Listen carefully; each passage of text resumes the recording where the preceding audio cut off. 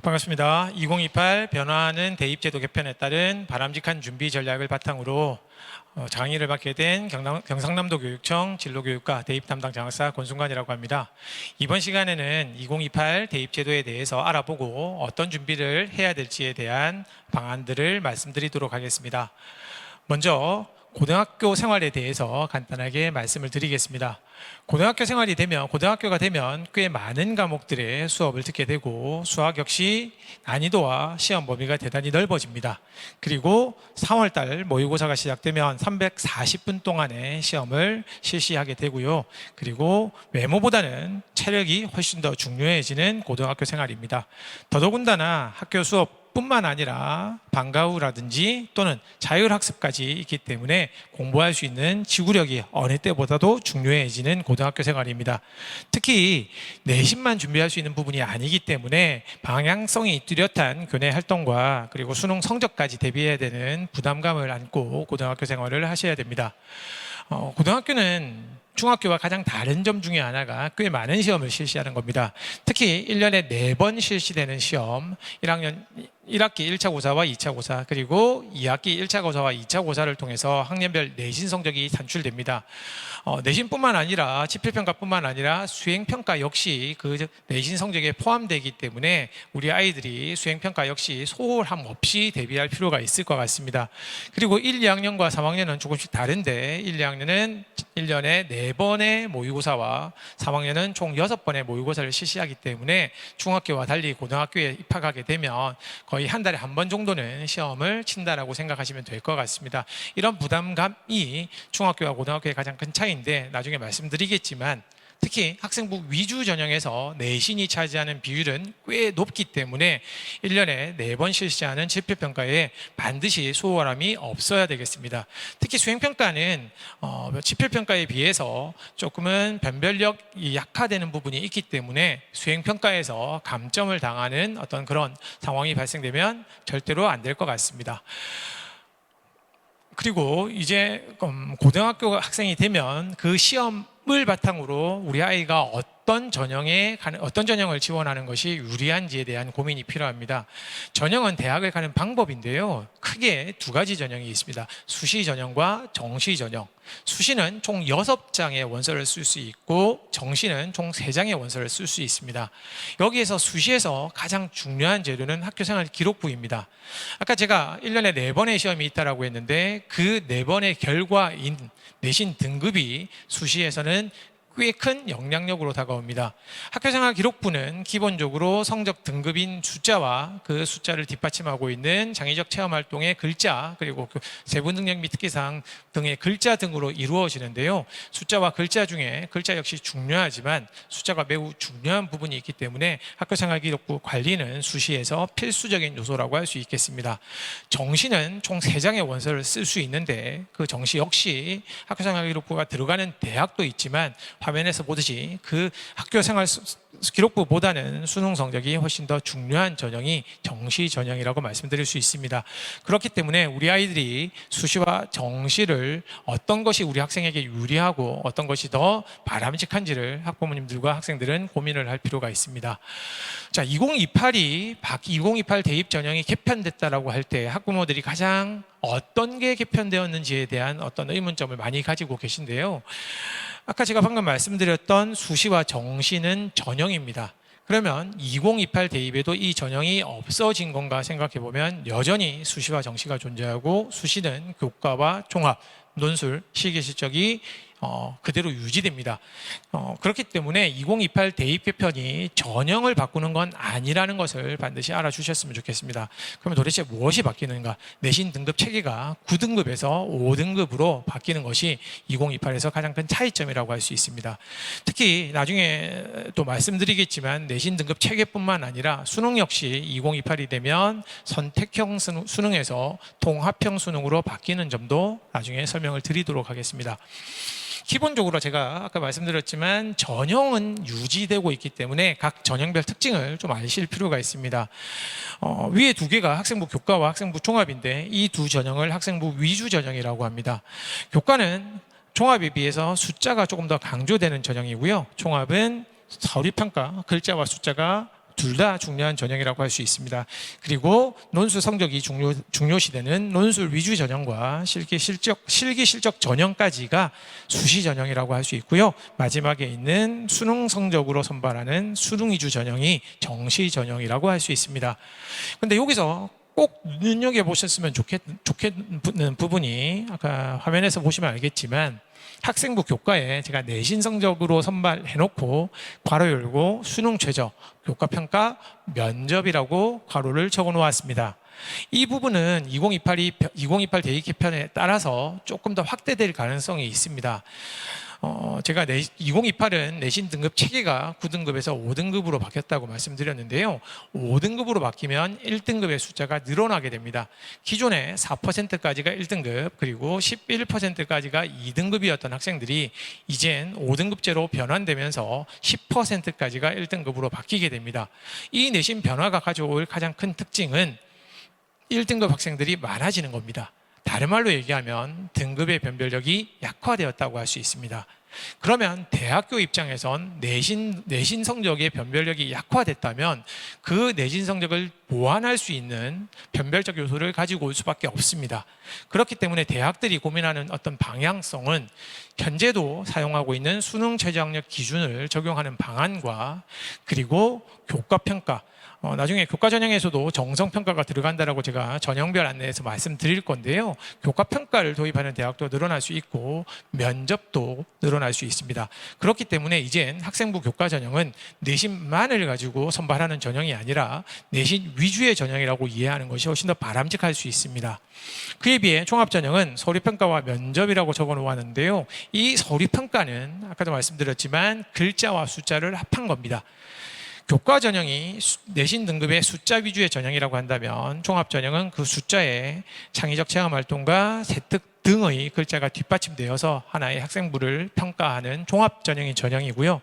역시 이 서류의 핵심 중에 하나는 내신 등급이고 내신 등급이 변별력이 하락됐기 때문에 종합 전형에서도 몇몇 대학들에서는 이제 변별적 요소를 확보하기 위해서 수능 최저학력 기준을 도입하는 경향이 강하게 드러나 있습니다.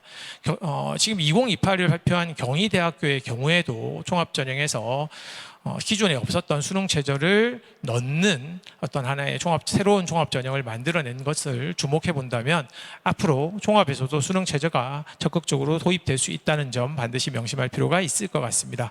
논술 위주 전형은 보시다시피 논술 성적이 중요한 전형이기 때문에 기본적으로 자연계 입장에서 보면 수학적 역량이 논술 전형을 지원할 수 있는 하나의 대표적인 어떤 판단 기준이 될 수 있을 것 같습니다.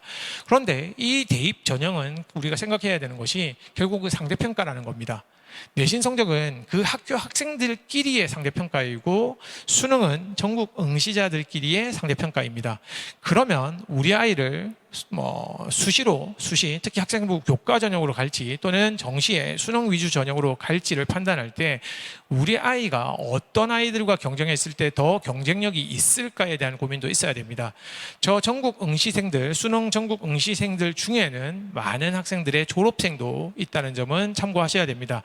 졸업생의 비율은 꽤 많은 비율을 차지하고 있고 그 졸업생의 성적이 꽤 우수하다는 점을 감안한다면 그 졸업생이 없는 어떤 학교 학생들끼리의 경쟁이 조금 더 유리할 수 있는 부분이 있습니다. 그런 어떤 유불리를 반드시 따져서 우리 아이가 수시가 유리할지 정시가 유리할지에 대한 고민을 하셔야 된다는 점도 설명드리도록 하겠습니다. 그러면 아직 2028은 발표가 되지 않았기 때문에 2027을 배경으로 수시 전형과 그리고 정시 전형에서 어떤 대학에서 어떤 그룹을 묶어서 어떤 전형으로 많이 선발하는지를 좀 살펴보겠습니다. 맨 처음에 보시면 전국 같은 경우는 교과 전형을 제일 많이 선발합니다. 그러나 조금 우리 아이들의 선호도가 높은 서울이라든지 15개라든지 또는 스카이 쪽으로 간다면 종합 전형의 비중이 꽤나 높은 걸 알 수 있습니다.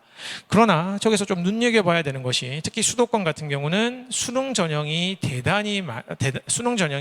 꽤 많은 인원을 선발하고 있지만 아까 말씀드렸지만 저 40% 내외의 모집 비율 중에는 졸업생의 비율이 늘 30% 정도는 있다는 점을 감안하셔야 됩니다.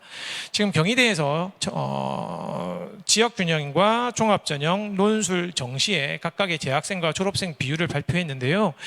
지역균형이나 종합전형이 네오 르네상스 전형 같은 경우는 재학생의 강세가 있지만 정시 같은 경우는 졸업생의 압도적인 우세가 있음을 알 수 있습니다.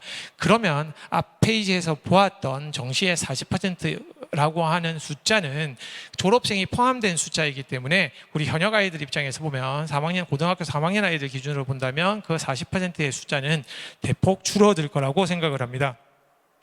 그러면 우리 학생이 어떤 전형으로 갈지 조금 더 판단을 하실 때 아까 제가 말씀드렸던 어떤 학생들과 경쟁하는지도 살펴보아야 될 것 같고, 그리고 우리 아이가 원하는 어떤 그룹에서 어떤 전형으로 학생을 선발하는지도 학부모, 학생들 입장에서는 고려해서 결정을 하실 필요가 있을 것 같습니다. 역시 이 자료 역시 졸업생이 재학생에 비해서 수능 위주 정시 전형에서의 합격자 비율이 높음을 한 번 더 안내 드리도록 하겠습니다. 아직 말씀드렸지만 2028에 대해서는 아직 결정된 바가 전혀 없습니다. 그러나 지금 어떤 언론 보도들에서 보면 정시 40%의 족쇄가 풀린다라고 한다는 어떤 기사들을 본다면 지금 현재보다는 정시 전형의 비율이 조금은 줄어들 수 있지 않을까라고 조심스레 예측을 해봅니다. 그렇다면 수시가 우리 학생들 입장에서는, 현역 아이들 입장에서는 과연 이걸 그냥 넘어가도 되는 전형인지에 대한 고민은 꽤 깊게 고민해 보셔야 될 것 같습니다. 수시 6장의 기회는 누구에게나 주어지는 기회이기 때문에 그 수시 전형에 대해서는 반드시 좀 준비를 철저히 하는 게 바람직하지 않을까 싶은 생각이 듭니다. 아까 제가 2028에서 가장 큰 차이는 내신 개편이라고 말씀을 드렸는데요. 내신 개편은 많은 언론에서 얘기했지만 9등급제에서 5등급제, 그리고 절대평가 등급과 상대평가 등급을 함께 기재하는 부분이기 때문에 절대평가에 대한 부분도 좀 눈여겨볼 필요가 있습니다.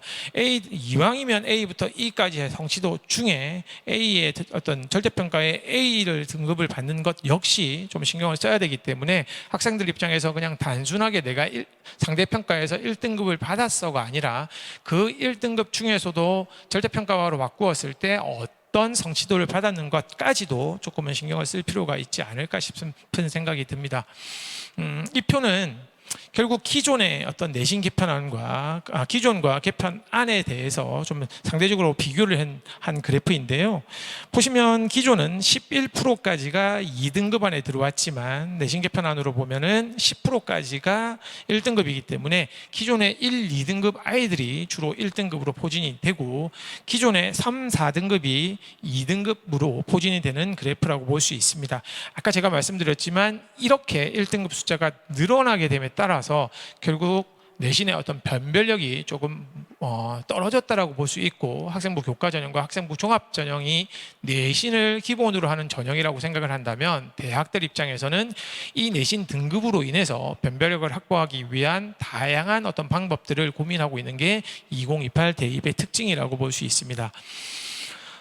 조금은 이제 전형별로 조금은 말씀을 드리도록 하겠습니다. 먼저 우리 학생들이 많이 지원하는 학생부 교과 전형에 대해서 조금 설명을 드릴 건데요. 교과 전형은 내신 위주의 전형이기 때문에 그 내신을 뒷받침할 수 있는 수능 최저가 매우 중요합니다. 그리고 교과 전형은 중복된 합격자들이 많기 때문에 충원율이 꽤나 높은 어떤 전형이라고도 볼 수 있고요. 내신의 변별력이 하락된 만큼 나중에 그래프 도표로 보여드리겠지만 일부 대학들 입장에서 보면 단순하게 숫자만 평가하는 것이 아니라 서류까지 평가가 확대된 점 눈여겨보실 필요가 있겠습니다. 이렇게만 본다면 교과 전형과 종합 전형이 과연 큰 차이가 있을까라는 생각이 들 수 어떤 그런 의문이 들 수 있지만, 그럼에도 불구하고 교과 전형은 숫자 위주의 전형이라는 점도 명심해 주셔야 될 것 같습니다. 대학별로 조금은 2027을 기준으로 대학별로 표시를 해보았는데요. 학생부만 보는 전형과 대학들과 학생부의 면접을 보는, 그리고 학생부의 서류를 보는 대학으로 나누어 보았습니다. 그런데 이 대학들의 공통점은 대부분 수능 최저 학력 기준을 적용하고 있는 부분입니다. 그리고 조금 맨 마지막 칸에 건국대부터 영남대까지 교과 전형임에도 불구하고 서류가 반영되는 대학이 있기 때문에 우리 아이들이 어떤 과목을 이수하고 그 과목에서 어떤 역량을 발휘했는가는 교과 전형에서 앞으로 눈여겨봐야 평가 대상이 될 수 있기 때문에 어떤 아이들이 단순하게 성적만을 받기 위한 고등학교 활동을 할 때 이런 대학들은 꽤 곤란한 상황이 발생할 수 있을 것 같다는 생각이 듭니다. 그렇지만 여전히 교과 전형에서 가장 중요한 건 수능 최저 학력 기준이고요. 수능 최저 학력 기준은 2개 합 또는 3개 합 또는 서울교대처럼 4개 합을 반영하는 대학들이 있기 때문에 학생이 원하는 대학이 어떤 수능 최저 학력 기준을 가지고 있고 몇 개의 영역을 반영하는지를 미리 꼼꼼하게 확인해서 대비할 필요가 있습니다. 조금 더 서류평가를 조금 더 구체적으로 보면요, 건국대 같은 경우는 어떤 그 교과에 대한 정성평가가 들어가는 부분이 핵심이고요. 경북대 같은 경우는 어떤 과목을 선택했는지 세특을 보기보다는 어떤 과목을 선택했는지가 평가의 중점이기 때문에 교과 전형에서 서류 평가를 반영하는 방법들은 조금씩 다르기 때문에 학생들이 원하는 어떤 입학 전형을 반드시 대학의 입학 전형을 반드시 살펴볼 필요가 있을 것 같습니다. 그리고 학생부 역시 전 교과를 반영하는 대학부터 전 교과가 아니라 상위 몇 개 과목을 반영하는 대학 등 매우 다양한 학생부 반영 방법을 가지고 있기 때문에 그 부분 역시 확인 부탁드리도록 하겠습니다. 이 부분은 제가 교과 전형에서 학생부 교과 전형에서 왜 수능 최저 학력 기준이 중요한지를 좀 살펴보는 PT인데요. 한양대를 보시면 한양대의 경쟁률이 매우 올랐음을 알 수 있습니다. 2024년에 한양대의 경우 수능 최저 학력 기준이 없었습니다. 그런데 2025 때 한양대 같은 경우 삼합7이라는 수능 최저 학력 기준을 적용하게 되자 경쟁률이 3배 오름을 볼 수 있습니다. 이건 뭘 얘기를 하는 거냐면 결과에서 보실 수 있듯이 도시공학과 기준으로 본다면 거의 도시공학과가 한양대 전체 경쟁률과 거의 비슷한 분포를 보이고 있고 최종 등록자의 평균 내신 등급을 살펴보시면 최저학력 기준이 적용됨으로써 합격선이 좀 더 낮아졌음을 알 수 있습니다. 그 이유는 수능 최저학력 기준이 하나의 기준점으로서 학생들을 탈락시키는 요소, 즉 수능 최저를 못 맞추는 아이들이 떨어뜨리는 그런 역할을 하기 때문에 합격선은 수능 최저를 통과하지 못하면 수능 최저를 통과하지 못하는 아이들이 앞에서 탈락하는 구조이기 때문에 합격선이 좀 떨어짐을 알 수 있습니다. 그래서 한양대 같은 경우는 수능 최저학력 기준이 도입되었을 때 많은 학생들이 내가 수능 최저학력 기준을 맞춘다면 앞에 친구가 수능 최저학력 기준을 못 맞출 경우 내가 조금 내신 성적이 떨어지더라도 합격하지 않을까라는 그런 희망 심리를 가지고 기대 심리를 가지고 한양대의 경쟁률이 매우 높아졌습니다. 경쟁률이 높아졌음에도 불구하고 합격선이 떨어졌다는 건 수능 최저의 영향력이 분명히 있다는 것을 말씀드리는 거고, 다른 말씀을 드리면 교과 전형을 준비하는 학생들 입장에서 보면 수능 최저를 맞추기 위한 노력은 선택이 아니라 필수적인 자질이라는 것을 꼭 말씀드리고 싶습니다. 그러면 수능 최저학력 기준을 맞추기 위해서 가장 중요한 과목은 늘 저희는 영어라는 생각을 합니다. 올해 1등급 비율은 대단히 불수능이었기 때문에 낮았지만 2등급과 3등급 비율로 내려간다면 국어, 수학, 탐구가 11%, 23%가 2등급, 3등급의 기준점인데 비해 결과론적으로 보면 올해 힘든 영어 시험에서도 17%, 43%가 2등급, 3등급의 기준점이었기 때문에 다른 영역에 비해서는 영어 영역이 수능 최저를 맞추는 도구로서 꽤 유용한 성격을 가진다는 것을 확인할 수 있습니다. 올해 1등급 영어 1등급이 올해 영어의 어떤 난이도가 너무 높았기 때문에 1등급 비율은 상대적으로 떨어졌지만 그 앞에 연도라든지 그 앞에 연도를 살펴보시면 영어는 상대평가에 비하면 그래도 등급을 유지하는데 조금 더 유리한 과목이 아닐까라는 생각을 좀 해봅니다. 그리고 수능에서 조금 더 우리 특히 1학년 아이들 같은 경우 1학년 모의고사를 치고 그 등급이 절대로 자기 등급이라는 생각을 안 했으면 좋겠다는 생각이 드는 게, 진짜 수능에서는 꽤 많은 결시율이 있습니다. 이 결시율과 더불어 꽤 많은 졸업생이 수학능력 시험을 응시하게 됩니다. 그렇다 보면 자신의 성적이 모의고사를 쳤을 때보다 조금 떨어질 확률이 있기 때문에, 그런 경향성이 있기 때문에 1학년부터 꾸준히 수능을 준비할 필요가 있다는 것을 말씀드리겠습니다. 그리고 서류평가 역시 꽤 영향이 있다는 것을 말씀드리고 다음으로 종합전형으로 넘어가도록 하겠습니다. 교과 전형이 숫자 위주의 전형이었다고 하면 종합전형은 잘할 수 있는 어떤 지표로서 글자 역시 반영하는 전형이라고 볼 수 있습니다. 보시면 왼쪽 학생이 오른쪽 학생보다 교과의 성적은 높지만 등급과 원점수와 평균과 표준 편차까지 비교를 하고 이 숫자를 기반으로 한 글자까지 평가를 했을 때 과연 우리는 1번 학생이 2번 학생보다 더 우수한 학생일까라는 의문을 가지게 됩니다. 교과 전형에서는 1.4가 1.0을 이길 수 없지만 B 학생이 A 학생을 이길 수는 없지만 이런 다양한 자료들을 보는 학생부 종합 전형이라면 1.4인 B 학생이 1.0인 A 학생을 역전할 수 있는 어떤 그런 전형이 종합 전형이 아닐까라는 생각을 가지고 한번 비교를 해보았고요. 역시 마찬가지로 기계공학과를 학생부 종합전형을 지원하는 학생이라면 1번과 2번 중에 어떤 학생이 더 우수할까라는 고민이 들 수밖에 없는 것 같습니다. 교과 전형의 경우는 2번 학생이 당연히 최저학력 기준을 통과했다는 전제 조건이라면 2번 학생이 합격을 하겠지만 1번 종합전형이라면 1번 학생도 합격이 가능하지 않을까라는 생각을 해본다면 우리 고등학생들이 종합전형을 준비해야 되는 이유는 분명해 보입니다. 이런 어떤 다양한 사례들 때문에 결과치를 비교해 보더라도 교과에 비해서는 종합, 그리고 자연계 역시 교과에 비해서는 종합전형의 합격선이 조금은 낮게 형성됨을 확인할 수 있습니다.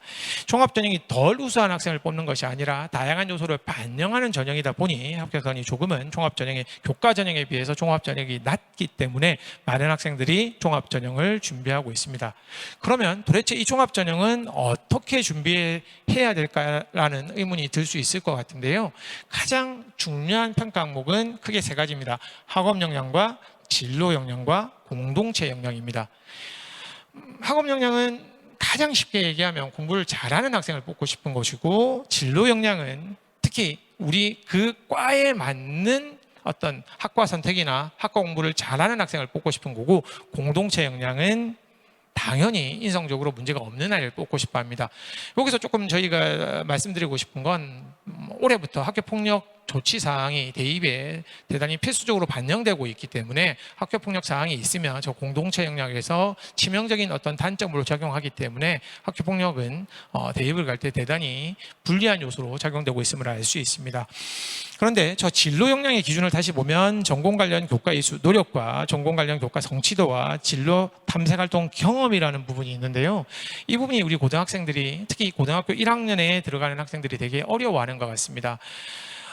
1학년은 공통과목을 배우지만 고등학교 2학년이 되면 일반 선택을 배우게 됩니다. 여기서 중요한 건 선택을 해야 되는 겁니다. 많은 교과들 중에 고교 학점제가 되면서 자신이 선택을 해야 되는데 그 선택의 기준 중에 하나가 진로와 자기가 준비하는 학과와 연관성이 있는 과목을 선택하는 것이 조금은 종합전형에서 유리할 수 있습니다.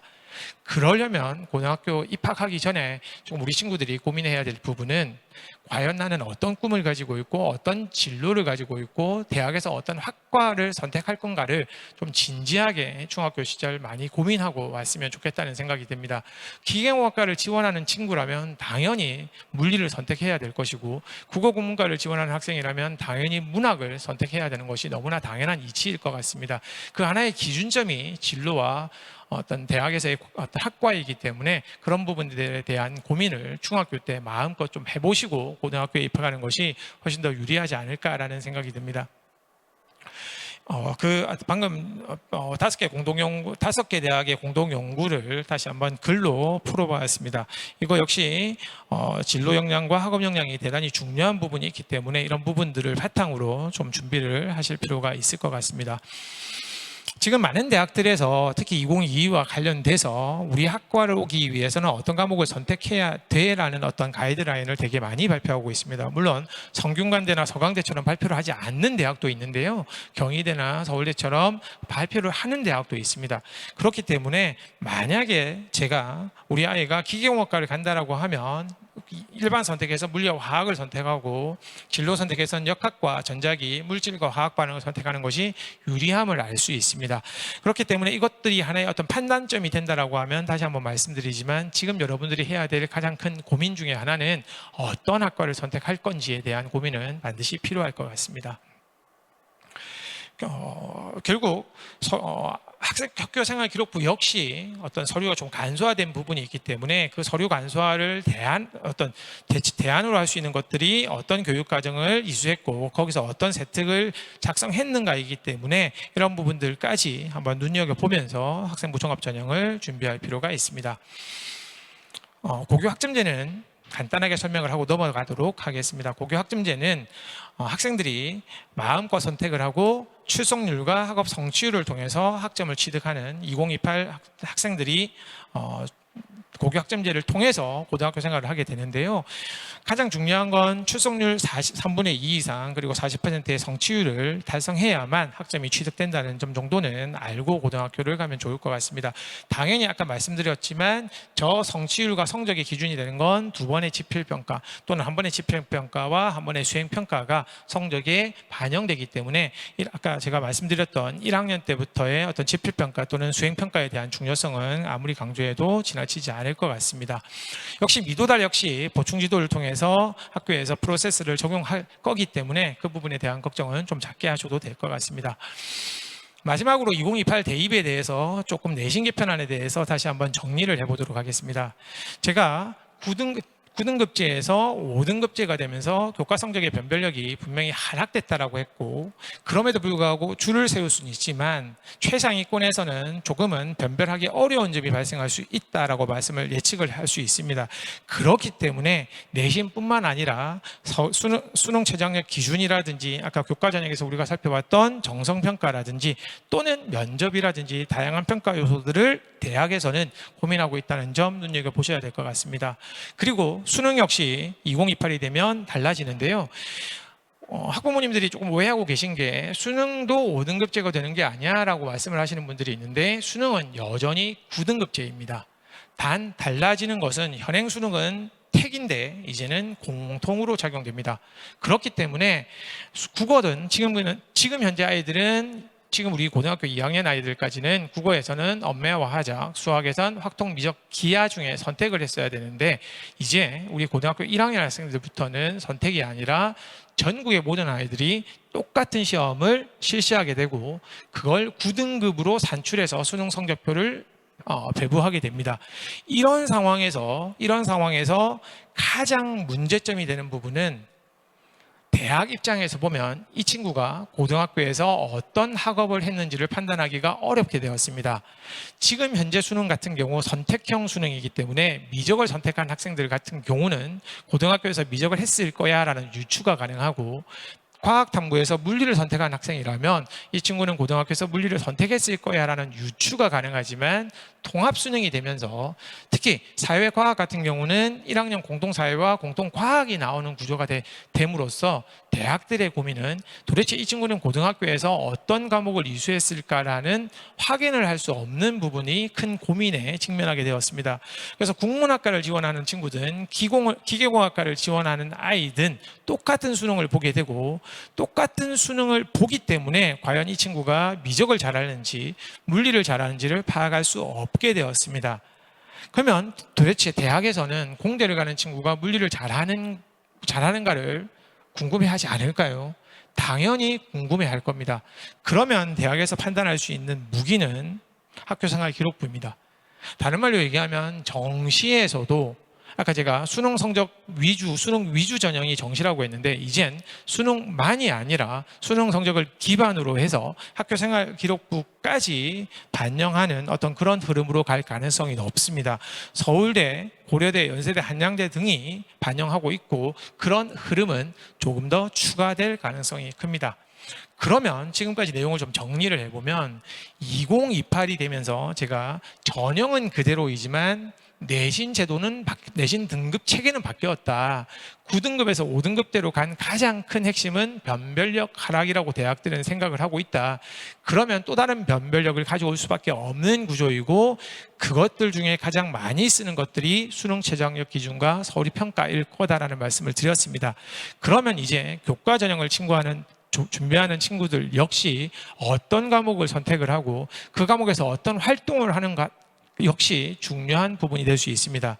종합전형 역시 내신을 기반으로 하기 때문에 내신 변별력 하락은 대학에서 꽤나 걱정이고, 경희대가 그랬듯, 그리고 2027에서 중앙대가 새롭게 종합전형에서 성장형 인재에서 수능체제를 도입했듯이 종합전형에서도 수능체제를 적용하는 교과의 종합화, 종합의 교과와 종합이 조금 더 융합되면서 두 가지 전형이 함께 갈 가능성이 높기 때문에 이제 우리 고등학교 친구들은 나는 교과만 준비할 거야, 나는 종합만 준비할 거야 라는 어떤 그런 부분들이 쉽지 않음을 알 수 있습니다. 논술은 여전히 대학에서 실시하고 있는 부분이고요. 마지막에 수능을 좀 보면 수능 역시 아까 제가 통합 수능이 되면서 이 친구가 어떤 걸 잘하는지를 변별할 수 없는 부분이 생겼기 때문에 정시에서 교과 평가와 출결까지 도입하는 대학들이 늘어났기 때문에 우리 정시 파이터들도 끝까지 고등학교 생활을 3학년 2학기 고등학교 생활을 착실하게 해야만 앞으로 변화하는 대입에서 살아남을 수 있다라고 말씀드릴 수 있습니다. 그러면 우리 중3 2028 애들 입장에서 2028을 대비하는 우리 중3 학생들은 도대체 무엇을 준비해야 될까? 제가 종합전형에서 하나의 진로는 서류를 만들어내는 기준점이라는 말씀을 드렸는데요. 그러면 당연히 우리 아이가 어떤 진로를 잘할지, 만약에 잘하는 분야가 없다면 어떤 부분을 좋아하고 그리고 그 부분에 대해서 어떤 탐구를 할 수 있을지에 대한 부분들을 고민을 할 필요가 있고요. 수능 최저가 교과와 종합과 정시에서 모두 다 사용되기 때문에 수능에 대한 준비는 미리 할 필요가 있습니다. 특히 절대평가 영역인 영어 영역에 대한 강조점은 앞에 설명드렸습니다. 여전히 수학은 꽤 중학교 아이들의 입장에서 보면 고등학교 수학 시험을 풀었을 때 변별력은 여전히 유효하기 때문에 수학에 대한 대비와 함께 본인에게 알맞는 고등학교를 선택하는 것 역시 중학교 3학년 학생들이 해야 될 고민이 아닐까 싶습니다.